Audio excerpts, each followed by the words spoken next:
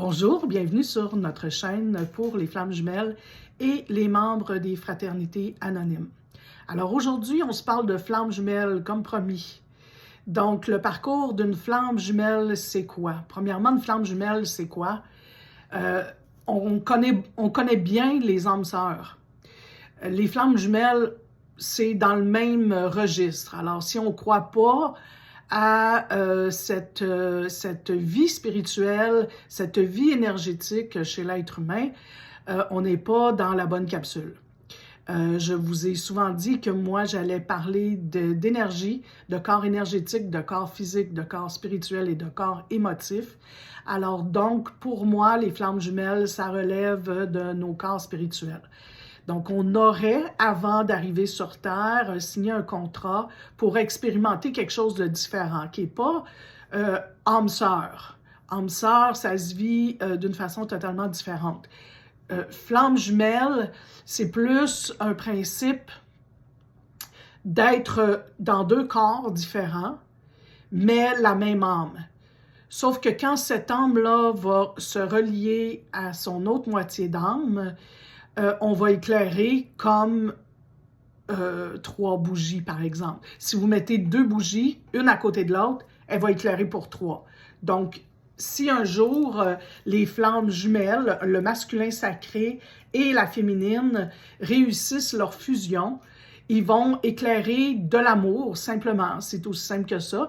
Ils vont éclairer de l'amour pour 3 êtres humains, alors que normalement, on en éclaire que pour 1 ou 2, selon qu'on est en couple, mais vont éclairer plus, vont avoir une plus grande lumière. Ça va être leur expérience. Alors vous, si c'est pas dans cette vie-ci, ça sera dans une autre vie, mais certains d'entre nous avons eu envie d'expérimenter cet état d'être, d'être incarné, qui est différente des autres, mais qui n'est pas plus... on n'est pas meilleur que les autres parce qu'on est des flammes jumelles, loin de là. Alors, le parcours de flammes jumelles, il va commencer par une connexion, c'est-à-dire que je vous fais grâce des détails, on pourra y revenir, mais dans l'énergie, c'est le masculin sacré. Masculin sacré, on s'entend, celui qui porte l'énergie masculine. Donc, le masculin sacré va venir réveiller la féminine à ce qu'on dit par le chakra du 3e œil. Donc, il va venir réveiller la féminine, puis la tristesse dans tout ça, c'est qu'ils vont vivre une belle lune de miel, mais quand elle va être très, très, très réveillée, ben là, lui, il va tomber comme en dormance. Il va tomber comme anesthésié, il ne se rappellera plus de rien, puis il va fuir. Ce qui va créer chez la féminine une détresse parce qu'elle va avoir l'impression d'avoir perdu la moitié d'elle-même, ce qui est un peu vrai quelque part. Alors, on va vite se rendre à la séparation. Comme je vous dis, il est question ce matin de parler du parcours des flammes jumelles, mais on devra comme approfondir certains des éléments du parcours, parce que bien sûr, vous avez plein de questions à cet égard-là. Donc, on va se rendre, après la lune de miel, on va se rendre à la séparation. Si vous n'avez pas vécu de séparation et que vous n'avez pas l'impression plus qu'il faut que vous êtes une flamme jumelle, bien c'est probablement parce que vous n'en êtes pas une. Parce qu'une des particularités des flammes jumelles, c'est ça semble un amour impossible. Donc, je dis bien ça semble parce que ce n'est pas un amour impossible. Mais pour un ou les 2 partenaires, ça peut sembler être un amour impossible. J'ai vu, moi, des flammes jumelles avec 40 ans de différence d'âge. Il peut y avoir des grosses différences d'âge. Il peut y en avoir un des 2, sinon les 2 qui sont mariés avec une espèce de certitude, je dirais, d'être dans la bonne relation. Il peut y avoir des différences de religion, il peut même y avoir des différences de pays. Certaines flammes jumelles se rencontrent et habitent dans des pays différents. Donc, il faut absolument qu'il y ait situation d'amour impossible, c'est à partir de ça qu'on va travailler, et aussi qu'il y a une séparation. Ça aussi, c'est là que la nuit noire de l'âme, qu'on appelle, va se déclencher quand il y aura la séparation. Donc, il va y avoir un des deux partenaires qui va rester éveillé, l'autre va comme s'endormir, va comme être anesthésié, un peu dans le coma, ce qui va faire travailler beaucoup celle qui s'est retrouvée à rester éveillée. Donc, ça va l'amener dans une nuit noire de l'âme qui est différente pour les personnes. Ça ne se vit pas de la même façon pour les personnes, mais je peux vous dire par expérience qu'on peut avoir envie de mourir. Vraiment, même si tu n'es pas une personne suicidaire dans la vie, ça peut donner l'impression qu'on aime mieux mourir que de vivre sans notre autre, finalement. Mais la nuit noire de l'âme va aussi nous amener à voir que si vous êtes en train de regarder cette vidéo-là, il est fort possible que c'est parce que vos guides vous ont amené à cette vidéo. Donc, probablement que vous avez déjà vécu la nuit noire de l'âme.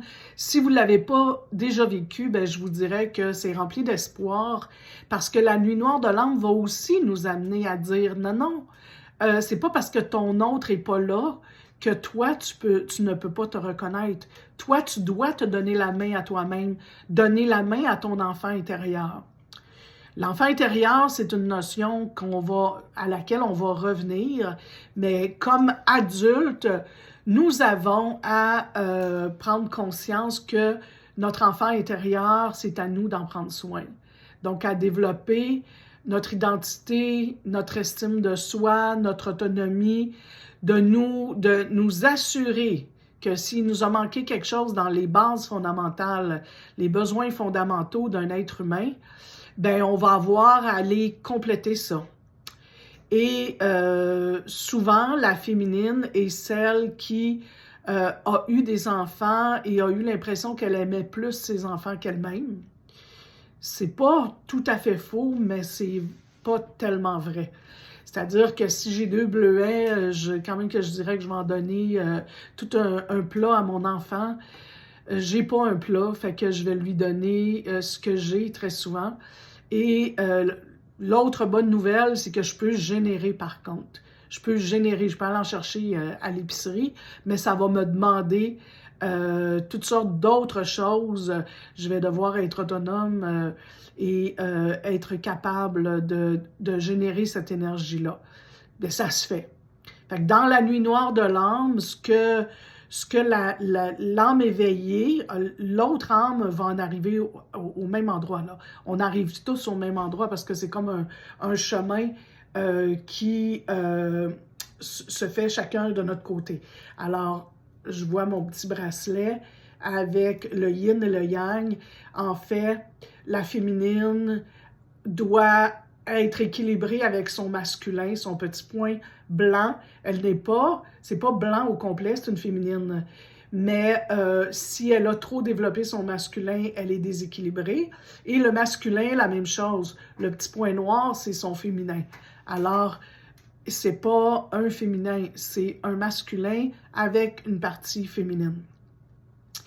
Donc, la période de la nuit noire de l'âme nous amène à prendre conscience qu'on s'achemine vers une complétude. C'est-à-dire qu'on va arriver là, dans un équilibre où chacun de notre côté, étant équilibré, on va pouvoir se réunir et fusionner. Bon, ça c'est très facile à dire, mais c'est pas facile à faire. C'est sûr et certain que aller prendre conscience de nos blessures, on parle pour la féminine en majorité d'abandon. Alors, se sentir abandonné, se sentir rejeté, en principe, ce sont les masculins. Les blessures d'humiliation, d'injustice et humiliation, injustice, m'en manque une, mais c'est pas grave. Donc, ça va de trahison. Donc, on a été manifestement blessé dans notre vie, ne serait-ce que parce qu'on l'a interprété ainsi, parce qu'enfant, on n'a pas les moyens cognitifs pour interpréter les choses, et si on est laissé souvent seul à nous-mêmes, bien, on va interpréter à notre manière. Donc, il y a une grande théorie qui dit qu'on a été aimé même si on ne l'a pas senti. Parce qu'un être humain, il y a des expériences qui ont été faites à ce niveau-là. Un être humain qui ne reçoit pas d'amour meurt. Il faut nécessairement qu'on ait reçu de l'amour.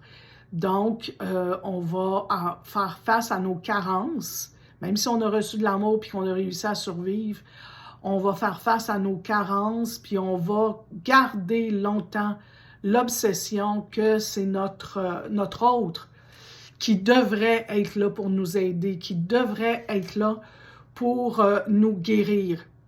On n'a pas de moyens, on ne sait pas comment faire pour se guérir soi-même. Et ça va être un long parcours parce qu'habituellement, la féminine est plus forte au niveau psychologique et spirituel et le masculin, lui, ses forces sont plus au niveau physique et intellectuel, rationnel. Donc, ça va s'opposer très souvent. Il n'est pas rare qu'on ait, comme féminine, un rejet de notre corps, qu'on n'aime pas notre corps, qu'on n'aime pas notre ventre, qu'on n'aime pas nos seins. Il y a des statistiques là-dessus, c'est effarant. Combien de féminines ne s'aiment pas, combien de féminines et de masculins pour avoir travaillé en dépendance. Je peux vous dire qu'il y a beaucoup de masculins qui ont vécu des agressions, des viols, des abus et qui ne veulent pas en parler ou n'en ont jamais parlé. Donc la sexualité, tout l'aspect émotif de la sexualité va remonter quand on est dans un processus comme celui-là. Donc, mais on n'aura pas le choix parce que là, on ne peut plus fuir. C'est l'engagement qu'on a pris. La source va nous ramener tant et aussi longtemps qu'on n'aura pas fait face. Et de façon générale, le masculin, sa façon de fuir, ça va être dans toutes sortes de choses, là, bien sûr, le travail, les jeux, les compulsions de jeux pathologiques, d'alcool, nommez-les, mais souvent aussi va être dans une autre relation qu'il pense être une relation amoureuse, mais qui n'est pas menaçante pour lui. Ça ne l'amène pas dans ses retranchements, dans ses peurs, alors que la relation flamme jumelle va l'amener dans l'intensité. L'intensité de l'amour. On parle là de une relation qui va nous amener dans un amour tellement intense qu'on va pouvoir éclairer mieux le monde, éclairer mieux d'amour et vivre mieux dans l'amour. Bien sûr, je ne suis pas en train de dire que les flammes jumelles sont pur amour. C'est pas ce que je dis. On va rester des êtres incarnés. Mais l'obligation des flammes jumelles, c'est vraiment d'aller vers regarder nos ombres en face. Donc, la jalousie, l'envie et tous nos traits de caractère qui nous amènent d'ailleurs dans les compulsions. On va devoir les regarder en face et les travailler. Puis ça ne va pas généralement se travailler. Si on est dans la jalousie puis que notre autre est dans une autre relation, je peux vous dire que ça fait travailler très, très fort. Très fort. Mais il y a toutes sortes de choses que notre autre va nous faire travailler parce que lui va être plus dans la notion de comment je vous dirais ça? Il va vouloir conquérir le monde. Il va conquérir le monde très souvent, mais il va conquérir un monde extérieur. Alors, vous voyez, on parle souvent qu'on est en vase communicant, Donc, la féminine, elle a travaillé à la conquête de son monde intérieur. Donc, tous les deux vont devoir s'équilibrer. Le masculin va devoir travailler son monde intérieur et la féminine va devoir travailler son monde extérieur. C'est un peu ce que je vous disais tout à l'heure, que je ne serais pas ici si je n'avais pas travaillé mon monde extérieur. J'étais une petite yin hyper sensible qui, à travers les années, a appris à gagner sa croûte, puis celle de son enfant à la sueur de son front. Donc, je me suis bâti une carapace très yang pour m'incarner dans la matière parce que c'était pas ma volonté première. Moi, j'avais un côté plutôt sensible, plutôt artiste, plutôt introverti. Je me serais pas présentée sur une chaîne YouTube et j'aurais pas fait des voyages seuls et j'aurais pas fait les projets que j'ai faits si j'étais restée dans mon yin. Cela étant dit, tout est perfectible et j'ai encore plein de projets pour me réaliser. Mais c'est un peu pour vous donner des exemples concrets de ce qu'on a à faire quand on est en période de complétude. Le masculin, de son côté, va devoir se rendre compte qu'il a fait les choses pour les apparences. Lui, il s'est conformé à la société, l'énergie masculine, s'entend. Il s'est conformé à la société, il s'est conformé à ce que ses parents attendaient de lui et il a oublié complètement, lui aussi, qui il était dans son yang sain, dans son yang équilibré. Qui il était, quelle était sa personnalité, qu'est-ce qu'il aimait dans la vie, comment il ressentait ses émotions, étant donné qu'un jour, il a complètement coupé de ses émotions. Moi, je me suis fait dire par des masculins sacrés qu'ils ne ressentaient pas du tout leurs émotions. Et dans un parcours de flammes jumelles, souvent, les masculins vont dire à la féminine « Je ne sais pas si je t'aime.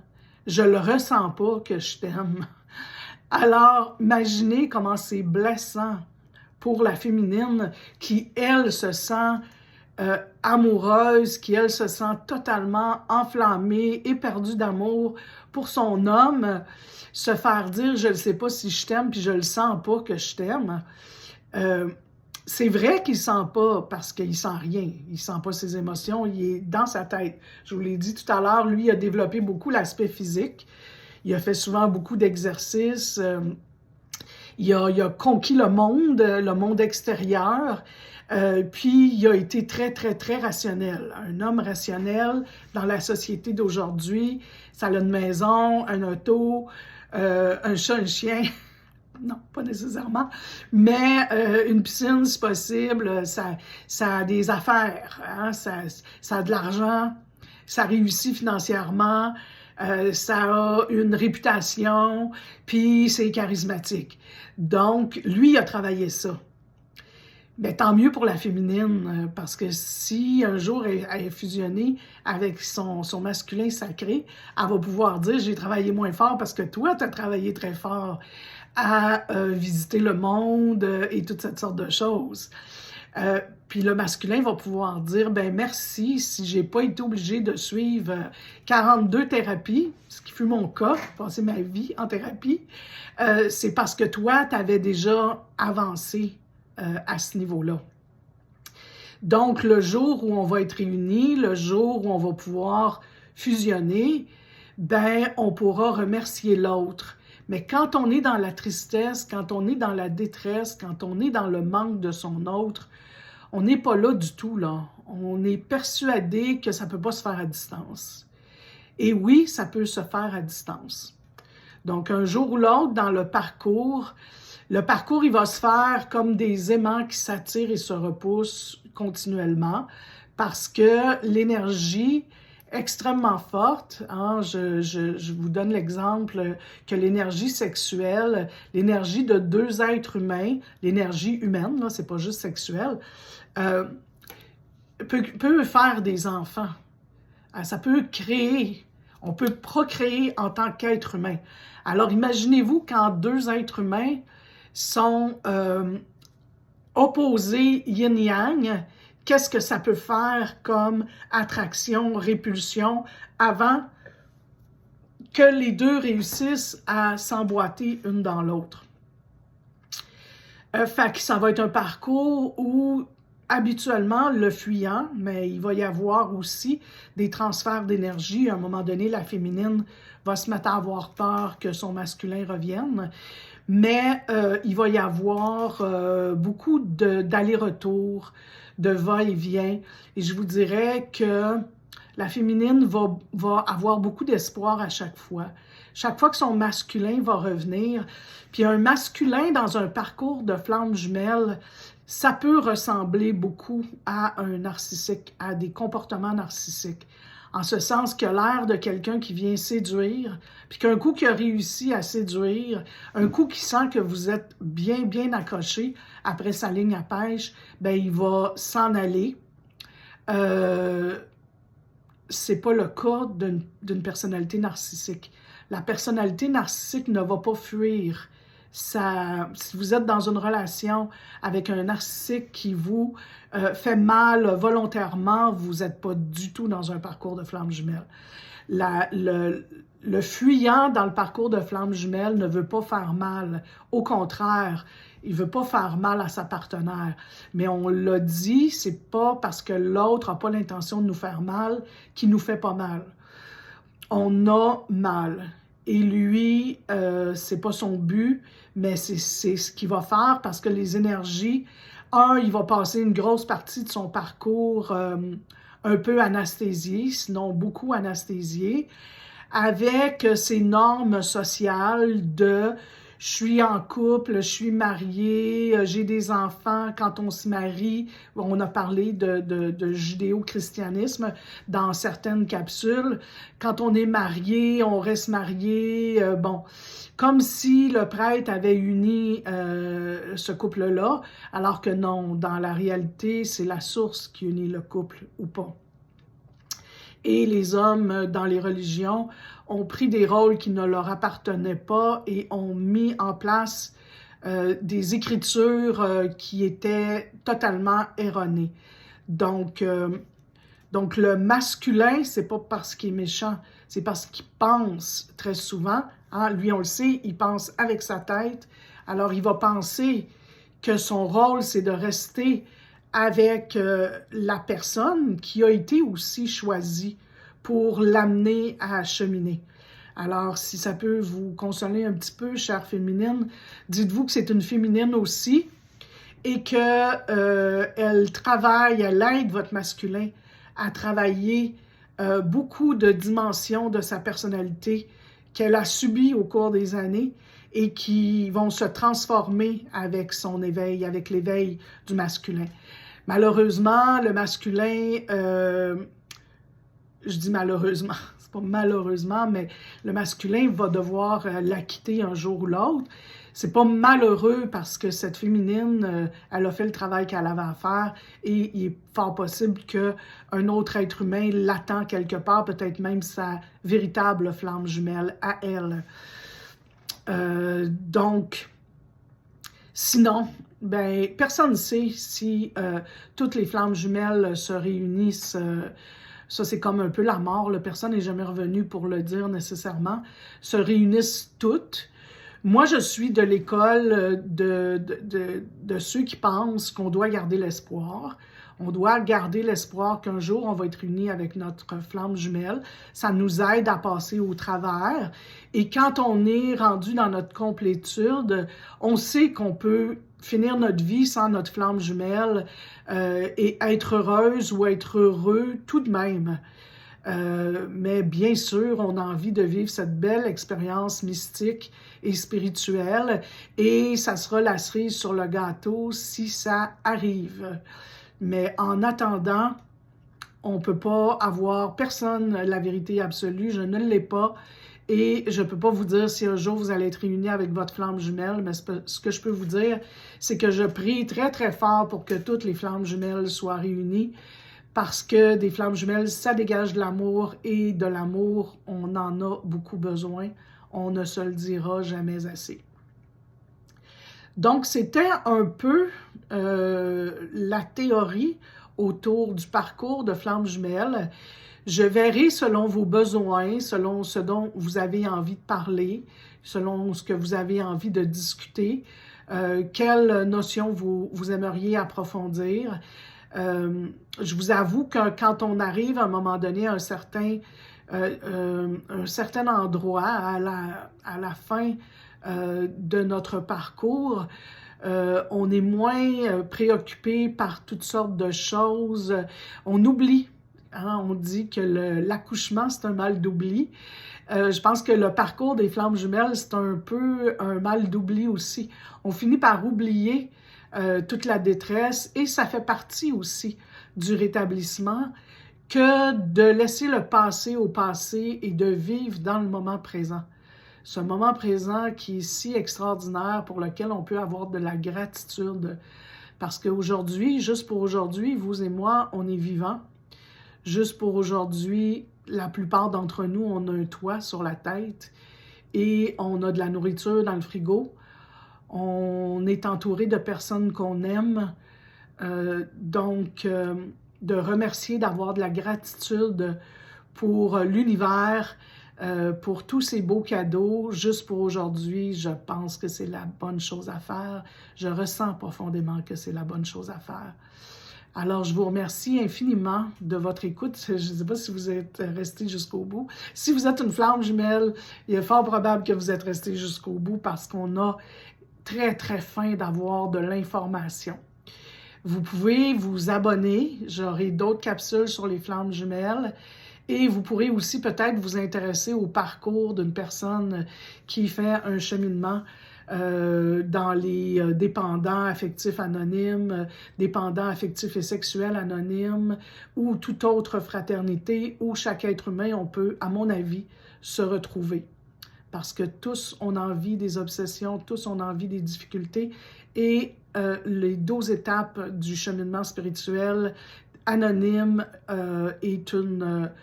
sont des outils extraordinaires pour s'en sortir. Alors, devenez membre, mettez-nous un petit pouce pour que les algorithmes nous diffusent un peu partout sur la toile, afin que nous puissions un jour peut-être se réunir en présentiel pour se parler.